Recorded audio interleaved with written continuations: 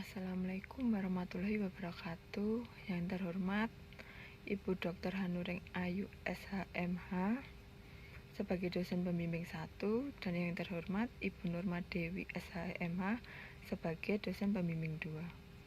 Perkenalkan, nama saya Utri Susanti, NIM 20190100082, Prodi Hukum, Universitas Islam Batik Surakarta. Pada kesempatan hari ini, saya akan mempresentasikan proposal skripsi saya yang berjudul Tinjauan Yuridis Tindak Pidana Penggelapan dalam Jabatan di Bidang Retail Studi Kasus PT Delami Brand Karisma Busana Cabang Surakarta. Dalam presentasi proposal skripsi saya ada 3 bagian. Yang pertama pendahuluan, yang kedua landasan teori, dan yang terakhir yaitu metodologi penelitian. Di dalam bab pendahuluan terdapat latar belakang. Latar belakang dari penelitian ini yaitu manusia sebagai makhluk sosial memiliki kebutuhan dan kegiatan tersendiri. Untuk mendapatkan kedua hal tersebut dibutuhkan dalam memenuhi kebutuhan sehari-hari. Manusia harus bekerja. Pekerjaan merupakan suatu profesi bagi manusia. Berbicara tentang profesi, tentu salah satu ada yang terkait dalam suatu organisasi atau instansi ataupun perusahaan. Namun seiring perkembangan zaman, kebutuhan seseorang semakin meningkat dan gaji atau upah pekerja tersebut tidaklah mencukupi kebutuhan, sehingga mengakibatkan salah satu perbuatan curang yang termasuk tindak pidana penggelapan. Tindak pidana penggelapan dapat dilakukan oleh pihak yang berada di dalam atau di luar lingkungan perusahaan. Namun pada umumnya tindak pidana yang dilakukan dalam suatu perusahaan yaitu tindak pidana yang dilakukan oleh seseorang yang mempunyai jabatan dalam perusahaan tersebut. Keadaan inilah yang mendorong dan menimbulkan niat bagi penulis atau saya untuk membahas dan menganalisa serta ingin mengungkap kasus atau masalah tersebut dalam penulisan hukum ini. Penulis melakukan penelitian di PT Delami Brand Karisma Busana Cabang Surakarta yang bergerak di bidang retail dan mempunyai cabang usahanya dalam fashion seperti brand eksekutif, Colourbox, Wrangler, etc. Slide yang kedua yaitu rumusan masalah. Di sini rumusan masalah terdapat 2 poin. Yang pertama yaitu bagaimana tinjauan hukum tindak pidana penggelapan dalam jabatan PT Delami Brand Karisma Busana Cabang Surakarta. Dan poin yang kedua yaitu bagaimana penanggulangan dan pencegahan tindak pidana penggelapan dalam jabatan di PT Delami Brand Karisma Busana Cabang Surakarta. Slide selanjutnya yaitu tujuan penelitian. Tujuan penelitian terdapat 3 poin. Poin yang pertama yaitu untuk memperoleh data tentang faktor yang menyebabkan timbulnya tindak pidana penggelapan di PT Delami Brand Karisma Busana Cabang Surakarta.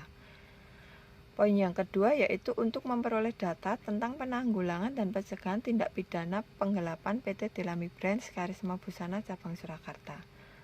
Dan poin yang terakhir yaitu sebagai tambahan ilmu pengetahuan bagi penulis atau bagi saya dan sekaligus merupakan sumbangan pemikiran khususnya bagi hukum pidana yang dipersembahkan sebagai pengabdian kepada alma mater. Berikutnya yaitu manfaat penelitian. Manfaat penelitian terdapat 2 manfaat yaitu manfaat ilmiah dan manfaat praktis. Manfaat ilmiah yaitu untuk memberikan informasi aktual dan faktual dalam rangka pengembangan ilmu pengetahuan hukum khususnya hukum pidana untuk mengetahui faktor-faktor yang menjadi tindak pidana penggelapan dalam suatu perusahaan pada khususnya di bidang retail. Yang kedua, manfaat praktis yaitu untuk memberikan informasi faktual dan aktual kepada perusahaan dan dalam upaya penanggulangan tindak pidana penggelapan dalam suatu perusahaan pada khususnya di bidang retail. Slide berikutnya yang saya tampilkan yaitu mengenai landasan teori. Landasan teori di sini terdapat 5 poin. Poin yang pertama, tindak pidana, yang kedua tindak pidana penggelapan, yang ketiga tinjauan umum mengenai pertanggungjawaban pidana, yang keempat tinjauan penggelapan dalam jabatan, dan yang kelima yaitu definisi bidang retail itu sendiri. Saya akan membahas yang pertama yaitu tindak pidana. Pengertian tindak pidana adalah suatu perbuatan yang dirumuskan oleh undang-undang.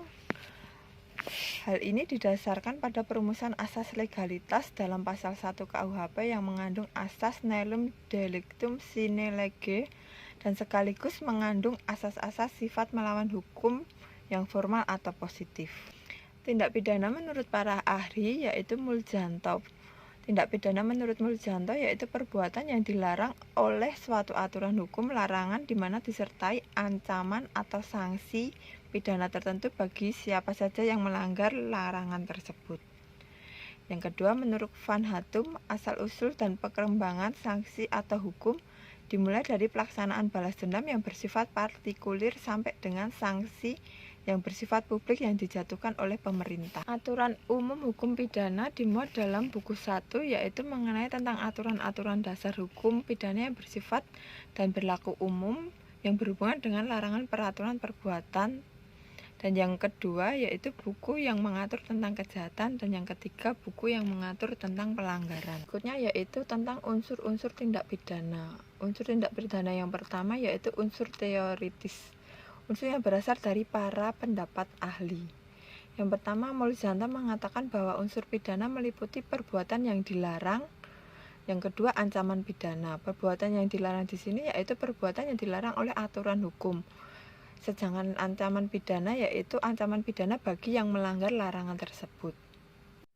Yang kedua, menurut R. Tresna, tindak pidana terdiri dari unsur-unsur yaitu satu, perbuatan, yang kedua yang bertentangan dengan peraturan perundang-undangan, yang ketiga diadakannya tindak pengukuhan. Yang ketiga, menurut Jonkers merinci unsur-unsur tindak pidana sebagai berikut, yaitu yang pertama perbuatan, yang kedua melawan hukum, yang ketiga kesalahan yang dapat dilakukan oleh orang yang dapat dipertanggungjawabkan. Dan yang terakhir menurut Sarafendik yaitu yang pertama kelakuan, yang kedua bertentangan dengan keinsafan hukum, yang ketiga diancam dengan hukum, yang keempat dilakukan oleh orang yang dapat dipersalahkan atau mempunyai kesalahan. Berikutnya yaitu unsur tindak pidana dalam undang-undang. Unsur tindak pidana dalam undang-undang terdapat 11 unsur. Unsur yang pertama unsur tingkah laku, kedua unsur melawan hukum, ketiga unsur kesalahan, keempat unsur akibat konstitutif, yang kelima unsur keadaan yang menyertai, yang keenam unsur syarat tambahan untuk dapatnya dituntut pidana, yang ketujuh unsur syarat tambahan untuk memperberat pidana, yang kedelapan unsur syarat tambahan untuk dapatnya pidana, yang kesembilan unsur objek hukum tindak pidana, 10 unsur kualitas subjek hukum tindak pidana, dan yang ke-11 unsur syarat tambahan untuk memperingan pidana. Landasan teori yang kedua yaitu pembahasan tentang tindak pidana penggelapan itu sendiri. Penggelapan yaitu barang siapa secara tidak sah memiliki barang yang seluruhnya atau sebagian adalah milik orang lain dan yang ada padanya bukan karena kejahatan, ia pun telah bersalah melakukan tindak pidana. Tindak pidana penggelapan diatur dalam pasal 372 hingga 375 Kitab Undang-Undang Hukum Pidana. Sebagai contohnya yaitu pasal 372 Kitab Undang-Undang Pidana yang berbunyi, barang siapa dengan sengaja melawan hukum memiliki barang sesuatu atau seluruhnya atau sebagian adalah kepunyaan orang lain, tetapi yang ada dalam kekuasaannya bukan karena kejahatan, diancam karena penggelapan dengan pidana paling lama 4 tahun atau pidana denda paling banyak Rp900. Pasal berikutnya yaitu pasal 374 Kitab Undang-Undang Hukum Pidana yang ada kaitannya dengan penggelapan dalam jabatan, yaitu penggelapan yang dilakukan oleh orang yang penguasaannya terhadap barang disebabkan karena ada hubungan kerja, karena pencarian atau karena mendapat upah untuk itu diancam dengan pidana penjara paling lama 5 tahun. Unsur tindak pidana penggelapan. Unsur tindak pidana penggelapan yaitu unsur objektif. Terdapat 4 poin di sini. Poin yang pertama yaitu mengaku sebagai milik sendiri. Yang dimaksud mengaku milik sendiri bahwa pelaku mempunyai maksud untuk menguasai barang. Padahal dalam tindak pidana penggelapan, perbuatan menguasai tersebut merupakan perbuatan yang dilarang.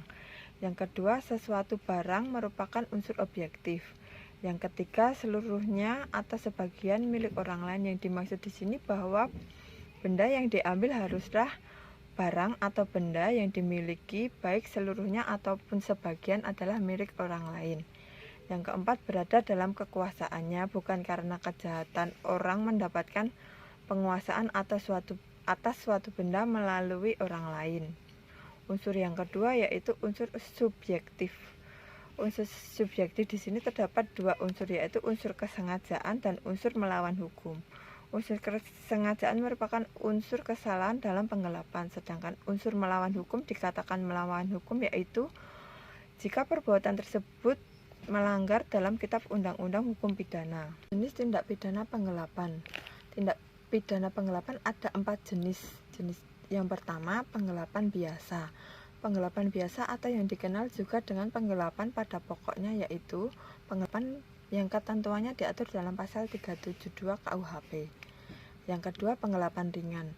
Penggelapan ringan yaitu ketentuan tentang penggelapan ringan ini diatur dalam pasal 373 KUHP.